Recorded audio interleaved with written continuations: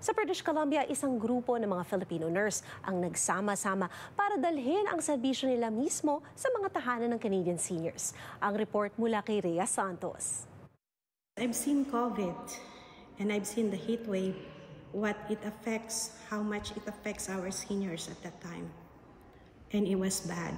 Halos 3 dekada na sa larangan ng nursing si Nelly Vera, registered nurse sa Fraser Health Authority sa British Columbia. I've worked in the hospital, we call it acute, and community. So both sides, I've seen both sides of healthcare. Our long-term care wait list right now for people who wants to go to long-term care facility is about 2 to 3 years wait. We can only give supplements to the services in the community, especially with our senior population. We don't have enough.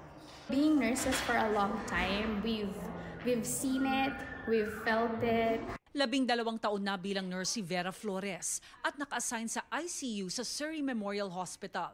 Mulat sa mga problema sa healthcare ng probinsya at mga hamon ng mga pamilya na may tumatandang mga magulang.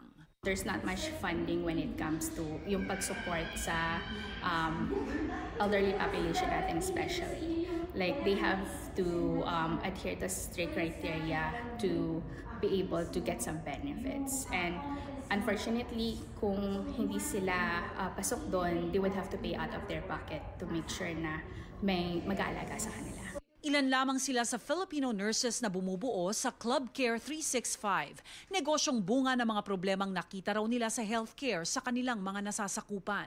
We Filipinos are already the best in nursing services, the best in giving healthcare because we're very, very compassionate, right? That's one value that instilled with us is we call it the alaga. We can provide care in people's home and a lot of people wants to stay on their home longer, right?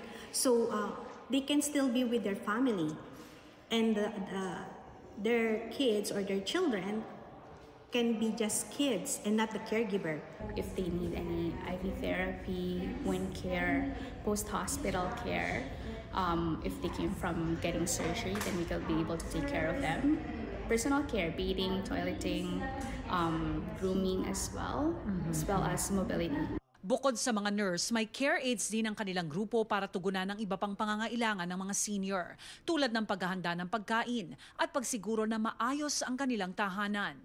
Promote that alaga to take care of the elderly as if they're our grandparents, right? Like our lolo and lola.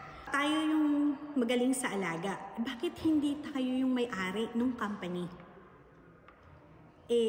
Bakit lagi nilang ba tayong empleyado? Rhea Santos, Omni News, Delta.